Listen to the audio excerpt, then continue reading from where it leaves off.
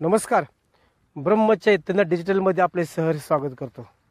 मित्रांनो, आज आपण तुमच्यासाठी एक महत्त्वपूर्ण असा व्हिडिओ घेऊन येत आहे आणि तो व्हिडिओ म्हणजे नस दबल्यानंतर ज्या काही वेदना घडतात त्या वेदना निवारण कशा करायच्या या संदर्भातला हा महत्त्वपूर्ण व्हिडिओ आहे.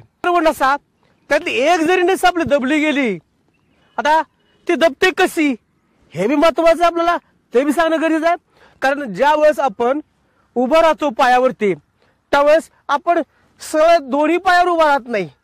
काही वेळेला आपण काय करतो, एका पायावर कलदिनोचा भार उभा राहतो, आपण एका पायावर भार येतो, एक पाय रिकाम असतो आणि ज्यावेळेस ज्या पायावरती आपला भार पडतो त्या पायाला त्रास हा सहन करावा लागतो आणि ज्यावेळेस हा त्रास सहन होत नाही त्यावेळेस मग आपण म्हणतो की आपल्या शरीराची कुठेतरी नस दबलेली आहे, पायाची नस दबलेली आहे. जी पायाची पिंढरी आहे, पिंढरीची किंवा टाच आहे, टाच दुखतो या, गुडघा दुखतो या, ह्या घटना ज्या आहेत ती प्रामुख्याने आपल्याला पाहायला मिळतात. त्यानंतर अजून काय होतं की ज्यावेळेस आपण झोपतो, रात्री जेव्हा झोपतो त्यावेळेस प्रत्येकाला काहीतरी खुबे असते. डोक्याखालीच हात घेऊन झोपणे, इकडचा हात घेणे किंवा इकडचा हात घेणे, किती जरी उशी घेतली आपण तरी आपण हात घेतल्याशिवाय झोपच लागत नाही माणसाला. मग अशा वेळेस काय होतं की हाताची जी आहे त्याच्यात दाब पडतो हातावरती आणि हाताची जी नस आहे ती नस ही आपली दबली जाते. तर ही जी नसलेली दब आहे त्यावेळेस आपला हात दुखतो, हाताला मुंगे येतात, पायाला मुंगे येतात. हा प्रकार जो आहे प्रामुख्याने आपल्याला पाहायला मिळतो. तर अशाच प्रकारच्या ज्या नस ज्यावेळेस आपली दबली जाते त्यावेळेस आपण काय उपाय करायचा आणि त्यासाठी आपण काय करायचं हा महत्वपूर्ण उपाय मी तुम्हाला सांगणार आहे. आणि प्रामुख्याने हा घरगुती उपाय आहे. घरच्या घरी कुठेही खर्च करत बसायचं नाही, काय करायचं नाही. प्रामुख्यानं त्यासाठी आपल्याला काय आवश्यक आहे तर आपल्या शेतामध्ये किंवा कुठेतरी बांधाला निरगुडी झाड असतं. प्रामुख्यानं मी फांदी आणली बा तोडण्याची निरगुडीची, तर अशा पद्धतीचे झाड असतं निरगुडी. निरगुडी ही त्याला आयुर्वेदामध्ये खूप महत्व आहे. ज्या वेळेस शरीरामध्ये सूज आलेली असते किंवा नसा दबलेल्या असतात तर या दबलेल्या नसांना प्रामुख्यानं मोकळ्या करण्यासाठी या निरगुळीच्या पानांचा वापर केला जातो. तर काय करायचं आपल्याला, ही जी पानं आहेत ती एक एक पान असं तोडून आपल्याला घ्यायचं. या पद्धतीने हे पान तोडायचं आणि एका पात्रामध्ये जर आपण पाणी घेतलं, सुरुवातीला आपण एकत्र सगळी केली, कलेक्ट केलं आणि याच्यावरती दुसरं आपल्याला लागणारं औषध महत्वाचं आहे ते म्हणजे एरंडीचं तेल. याच्यावरती आपण एरंडीचं तेल टाकायचं किंवा हातावर तेल घ्यायचं आणि असं हाताने चोळून या पानाला सगळ्या एरंडी तेल लागलं पाहिजे. अशा पद्धतीने करायचं.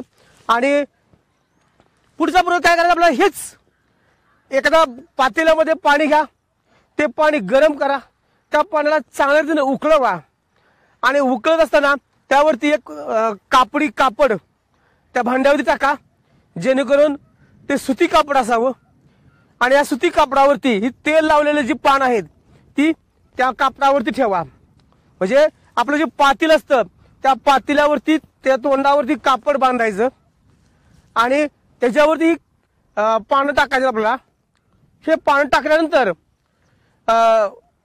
जी खालून पाण्याची वाफ निघणार आहे ती वाफ काय होते, या निरगुडीच्या पानांना गरम करते, उबदार करते.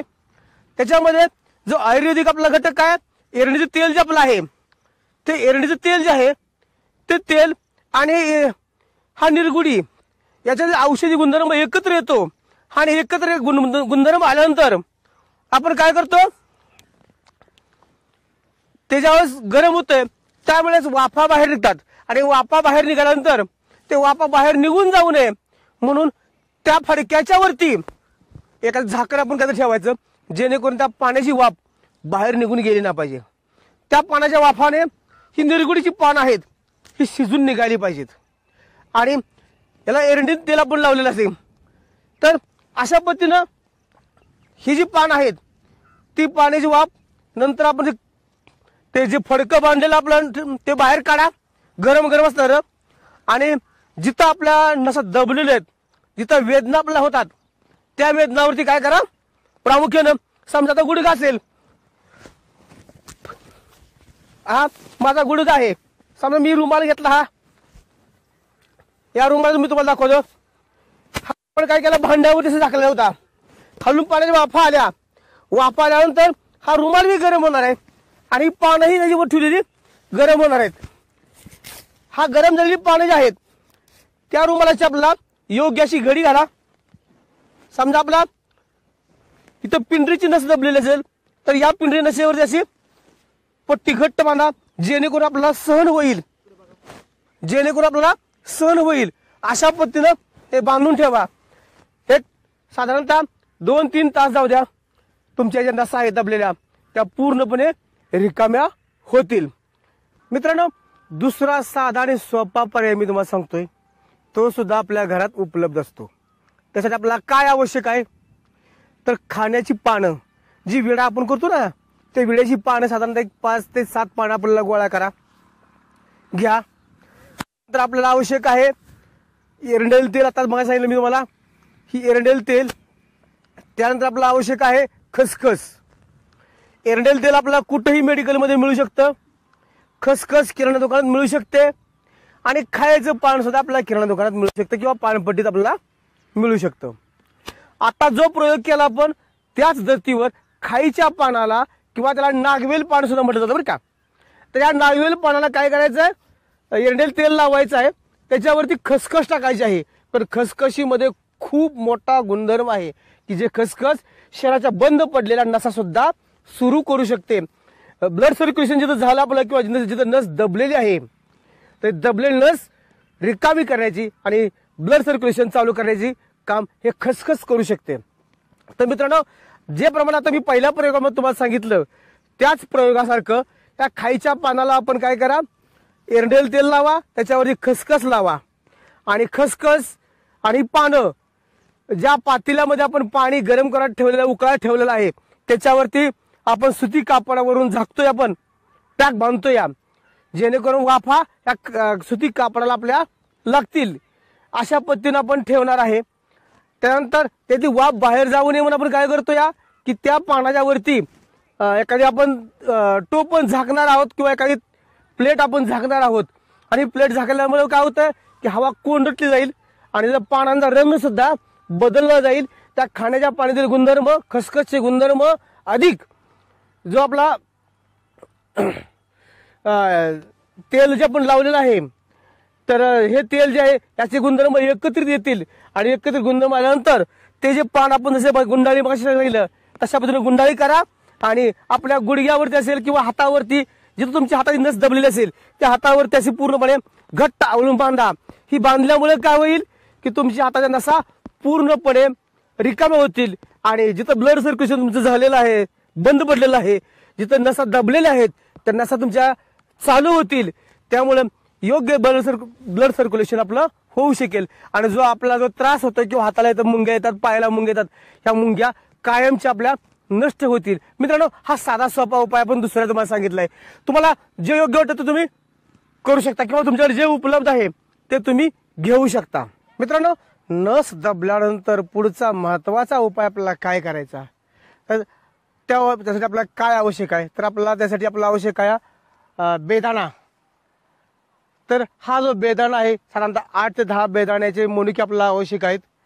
हे मनुके आणि त्याचबरोबर पाणी आपल्याला काय करायचं, संध्याकाळी गरम पाणी थोडंसं करायचं, त्याच्यामध्ये ते ग्लासभर पाण्यामध्ये ते बेदाणा टाकायचा आणि बेदाणा टाकून त्या बेदाण्याचं जे पाणी आहे ते पाणी सकाळी उठल्याबरोबर जर आपण घेतलं तर निश्चित त्याचा खूप मोठा इफेक्ट आपल्या दबलेल्या नसावरती होऊ शकतो.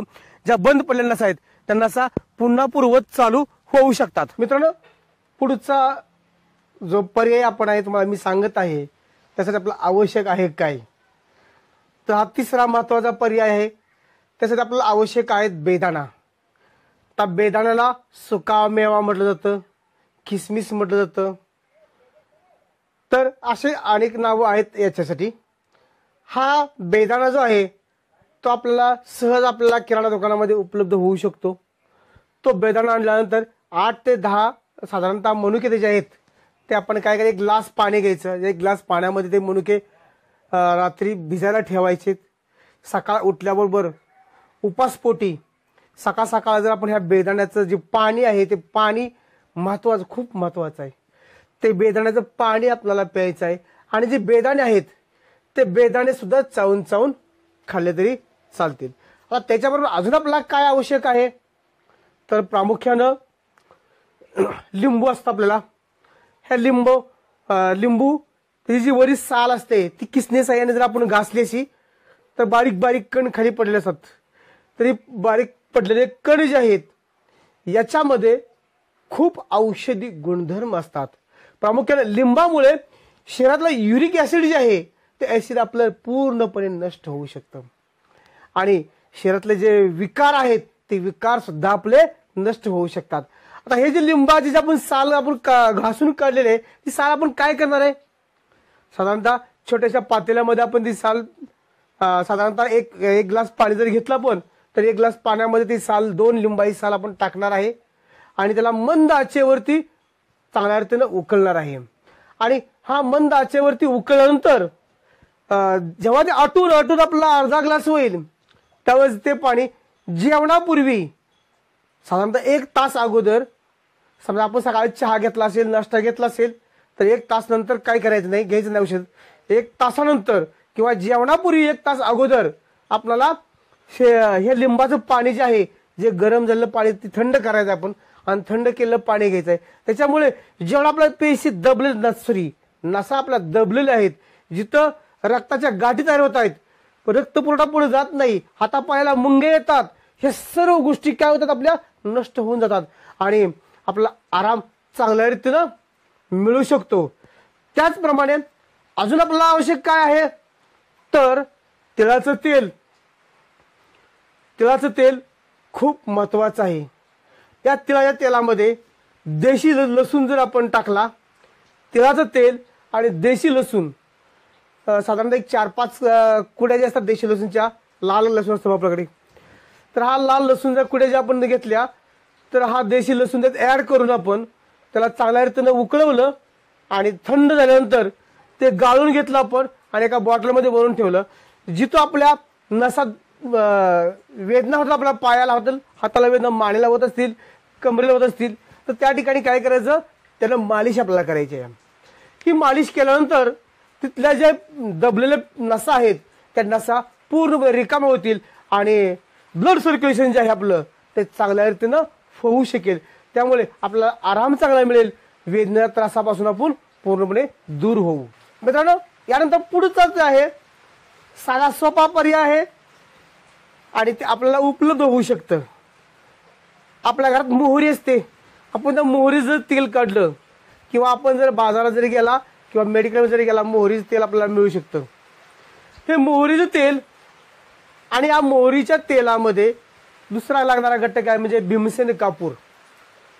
हा तुमच्या कापूरचं लक्षात असेल की कोरोना कालखंडामध्ये भीमसेन कापूर, ओवा फूल, आसमान तारा ही कपूरवर्गीय घटक होते, ते आपण एकत्र करत होतो आणि त्याच्यापासून जे लिक्विड तयार होत होतो ते कोरोनासाठी आपण वापरत होतो. त्यातलाच हा भीमसेन कापूर अत्यंत उपयुक्त आणि गुणकारी असा भीमसेन कापूर आहे. हा भीमसेन कापूर आणि आपण जे म्हटलं मोहरीचं तेल, हे मोहरीचं तेल हे दोन्ही एकत्र जर टाका, आपण मोहरीचं तेल थोडंसं गरम करून घ्यायचं आणि 2-3 ज्या वड्या आहेत आपल्या भीमसेन कापूरच्या त्याच्यामध्ये बारीक पावडर करायची आणि त्या मोहरी तेलामध्ये टाकायचं, जेणेकरून त्याची वाफ बाहेर जाणार नाही याची आपण दक्षता घ्यायची, कारण ती वाफ आपल्याला खूप महत्वाची आहे, आरोग्यासाठी उपयुक्त आहे.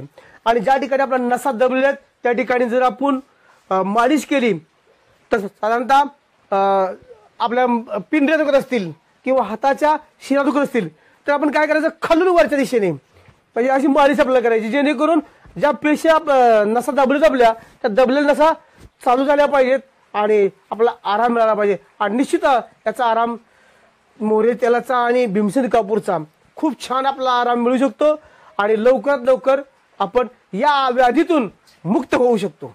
मित्रांनो, पुढचा आणि अत्यंत महत्वाचा मी उपाय तुम्हाला सांगत आहे.